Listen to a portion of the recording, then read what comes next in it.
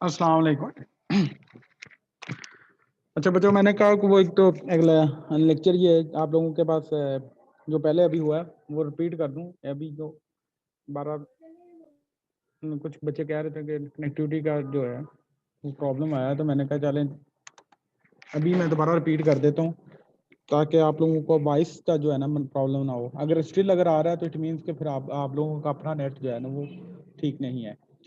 अच्छा जी, बिस्मिल्लाहिर्रहमानिर्रहीम। अच्छा, पोलराइजेशन से स्टार्ट करते हैं। पोलराइजेशन जो है वो क्या चीज़ है? पोलराइजेशन मैंने आपको बताया था कि पोलराइजेशन बेसिकली इलेक्ट्रोप्लेटिंग जो है। प्लीज़ माइक ऑफ कर दीजिएगा आप लोग अपने, ठीक है, और ऑन ना कीजिएगा। अच्छा, पोलराइजेशन जो है वो बेसिकली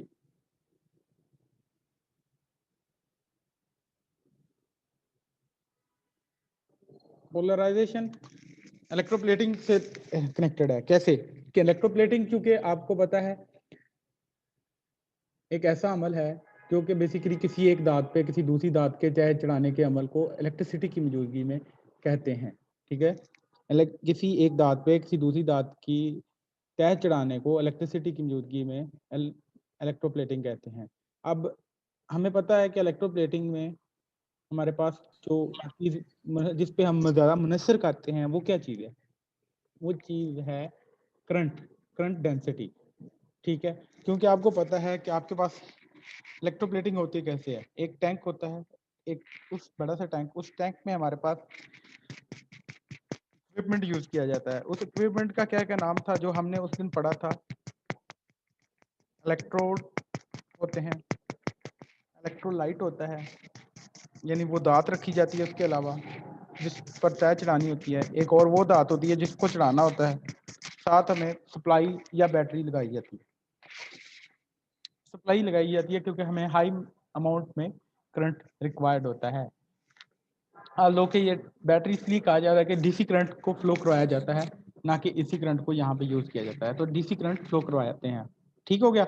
अब उस टैंक में हमने जो इलेक्ट्रोलाइट्स होते हैं, इलेक्ट्रोलाइट क्या होते हैं? इलेक्ट्रोलाइट एक ऐसा सोल्यूशन होता है जो कि हमारे पास हमें आयन प्रोवाइड करता है इन इलेक्ट्रोप्लेटिंग, ठीक है। और ये जो आपका सोल्यूशन है ये आपका कोई बेस तेजाब हो सकता है, कोई साल्ट हो सकता है, कोई बेस हो सकती है, जिसे आपने उर्दू में पढ़ा होगा केमिस्ट्री में। या तेजाब होता है या सास होता है, या एसिड या बेस, ठीक हो गया। इनमें से कोई भी हो सकता है। और तेजाब आपको पता है वैरायटी के अवेलेबल हैं, बेसिस बियर वैरायटी के हैं, हर एक का एक डिफरेंट सर मैथ की क्लास का लिंक आया है सर। मैथ की क्लास का लिंक आया। जी मैं मैम से रिक्वेस्ट करता हूँ। ओके, आप ओके सर। read कीजिएगा।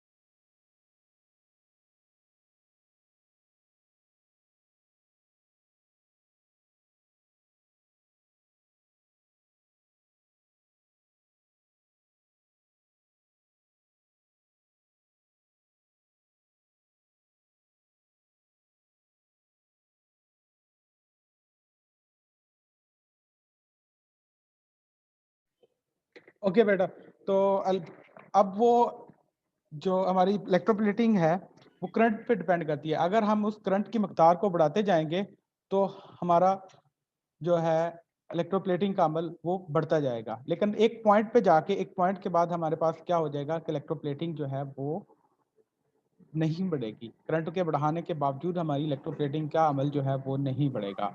इस प्रोसेस को, इस अमल को पोलराइजेशन कहा जाता है। क्लियर हो गया जी। अब हम देखते हैं नेक्स्ट जाते हैं तो इलेक्ट्रोलाइटिक सेल। इलेक्ट्रोलाइटिक सेल क्या है? एक ऐसा इलेक्ट्रोकेमिकल सेल जिसमें इलेक्ट्रिसिटी की मदद से हम नॉन स्पॉन्टेनियस केमिकल रिएक्शन जो है उसको करवाते हैं। क्लियर हो गया? एक ऐसा इलेक्ट्रोकेमिकल सेल जिसमें हम इलेक्ट्रिसिटी की मौजूदगी में non spontaneous non spontaneous reaction करवाते हैं। स्पॉन्टेनियस और नॉन स्पॉन्टेनियस में क्या फर्क है? एक ऐसा रिएक्शन जो किसी तीसरी चीज की मौजूदगी में रिएक्शन हो, फॉर एग्जाम्पल धूप हो, एयर हो, इसकी मौजूदगी में अगर वो रिएक्शन हो तो उसको हम नॉन स्पॉन्टेनियस रिएक्शन कहते हैं। और एक ऐसा रिएक्शन जिसमें किसी तीसरी चीज की मौजूदगी ना चाहिए हो तो उसको हम स्पॉन्टेनियस रिएक्शन कहते हैं। क्लियर हो गया? अब नेक्स्ट चलते हैं आगे। तो अब हमें बताता है कि जी इलेक्ट्रोलाइटिक जो सेल है उसमें हमारे पास क्या होता है? वर्ग पोशीदगी क्या होती है जिसको हम कहते हैं इलेक्ट्रोलाइसिस। ठीक हो गया? अब जब किसी भी जो सोल्यूशन होता है उसमें से आप इलेक्ट्रिसिटी पास करते हैं तो वो जो आपके पास सोल्यूशन होता है वो अपने कंपोनेंट्स में तहलील हो जाता है। क्लियर है? ये मतलब जब भी आप for example initially for example अगर आप लो वैल्यू में करंट पास करते हैं तो ऐसा नहीं होगा, लेकिन अगर हाई वैल्यू में करंट डालते हैं तो आपका क्या होगा? वो उसके जो कंपोनेंट्स हैं वो उसमें डिवाइड हो जाएगा। फॉर एग्जांपल आप सोडियम क्लोराइड वो पानी में मिक्स किया और उसका सोल्यूशन है तो उसमें से करंट गुजारेंगे तो वो क्या होगा? सोडियम में डिवाइड हो जाएगा प्लस क्लोरीन में डिवाइड हो जाएगा। ठीक है? अच्छा जी, अब इलेक्ट्रोलाइटिक सेल जो है ये बेसिकली क्या है? ये दो इलेक्ट्रोड एनोड और कैथोड जो के पिघले हुए यानी कि इलेक्ट्रोलाइटिक सेल जो इलेक्ट्रोलाइट होता है उसमें डुबो कर रखे होते हैं हमने। ठीक हो गया? अब जो अब नीचे उसने वो बात बताई है जो मैंने आप लोगों को पहले ही बता चुका हूँ कि हमारे पास स्पॉन्टेनियस रिएक्शन जो होता है वो ऐसा रिएक्शन होता है जो कि जिसको होने के लिए किसी तीसरी चीज की मौजूदगी की कोई जरूरत नहीं होती, लेकिन वे नहीं मुसब नहीं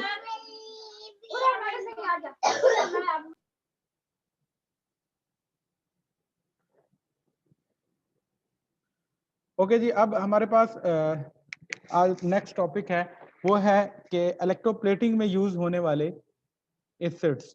तो इलेक्ट्रोप्लेटिंग में हमारे पास मैंने आपको पहले बताया है कि जो एज ए इलेक्ट्रोलाइट के तौर पर चीज़ें यूज होती हैं वो क्या होती हैं? एसिड होती हैं या बेस होती हैं, तेजाब या एहसास। ठीक हो गया? अब तेजाब जो हैं वो मोस्टली यूज होते हैं और वो आपके पास 3 टाइप्स के होते हैं। ठीक है? कॉमनली। ठीक है? लेकिन ओवरऑल हमारे पास 4 चीज़ें तेजाबों की कैटेगरी में यूज करते हैं जो कि आप उनका नाम लिख लें। अपने पास से एक सल्फ्यूरिक एसिड होता है, एक नाइट्रिक एसिड होता है, एक हाइड्रोक्लोरिक एसिड होता है, एक आबे सुल्तानी जिसे एक्विरिया कहा जाता है। तो ये 4 चीज़ें हमारे पास यूज होती हैं। ठीक है? सल्फ्यूरिक एसिड जो है वो कॉमनली यूज होता है, मोस्टली यूज होता है। ठीक है? और जो कि आप लोगों का उसके अलावा आप इसकी प्रॉपर्टीज अगर देखें तो प्रॉपर्टीज ये क्या है कि जो बेसिकली ये बेरंग होता है, तेल की तरह का होता है, गाढ़ा होता है। इसका मेल्टिंग पॉइंट जो है वो 105 होता है और जो बॉइलिंग पॉइंट है वो 330 सेंटीग्रेड तक होता है। इसकी डेंसिटी जो है पानी से हाई होती है, वो 1.84 किलोग्राम होती है। ठीक हो गया जी? और अगर इसको पानी के साथ मिक्स कर दिया जाए तो आपके पास हीट प्रोड्यूस होती है। क्लियर हो गया जी? उसके बाद नाइट्रिक एसिड है, ये भी इंडस्ट्रीज में काफ़ी तौर वसी पैमाने पे यूज़ होता है। ठीक है? इसमें क्या क्या चीज़ें होती हैं? ये बेसिकली ये पहले फिजिकल प्रॉपर्टीज देख लें, केमिकल प्रॉपर्टीज हम नेक्स्ट में देखेंगे। उसके बाद नाइट्रिक एसिड जो है बेसिकली ये भी बेरंग माया है, 86 पर उबलता है, 41 पर जम जाता है। इसकी डेंसिटी जो है वो भी पानी से हाई है और 1.52 है किलोग्राम पर मीटर क्यूब। और इसका जो नुक्ता जोश है वो 83 होता है। हाइड्रोक्लोरिक एसिड जो है बेसिकली ये क्या होता है कि ये थोड़ा सा सल्फ्यूरिक एसिड की निस्बत तेज होता है। वैसे तो सल्फ्यूरिक एसिड भी काफ़ी तेज होता है, इसकी बदबू होती है। उसके अलावा ये पानी में हल पदीर है, बेरंग होता है और इसके अलावा ये नमदार हवा में धुआं पैदा करता है। जिस ऐसी हवा जिसमें नमी हो उसमें ये धुआं पैदा करता है। उसके बाद है आब सुल्तानी। ठीक हो गया। आब सुल्तानी है वो मैंने आपको पहले बताया है कि वो 2 तेजाबों का मजमुआ होता है। एक 3 हिस्से हाइड्रोक्लोरिक एसिड होते हैं, एक हिस्सा आपके पास नाइट्रिक एसिड होता है।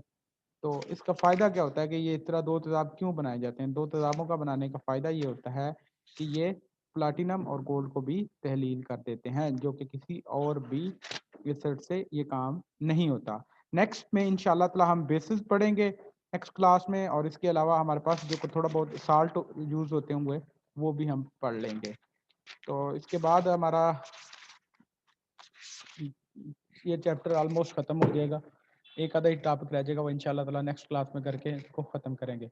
ओके जी, अपना ख्याल रखिएगा। यहाँ तक कोई क्वेश्चन हो तो आप लोग कर सकते हैं। इसके अलावा ये मैं क्लास से रिकॉर्ड कर रहा हूँ, इंशाल्लाह ताला नेक्स्ट वीक क्लास में रिकॉर्ड करके आप लोगों के लिए, ताकि कोई बच्चा अगर रह जाता है तो मैं इसको यूट्यूब पे रख दूँगा, यस आप सर। लोग इसको वहाँ से अगेन दे सकते हैं। ओके जी, अपना ख्याल रखना। अल्लाह हाफ़िज़। आप लोग अभी अपनी मैथ की क्लास ले सकते हैं। अल्लाह हाफिज। जी शुक्रिया, अल्लाह हाफिज़। अल्लाह हाफ़िज़।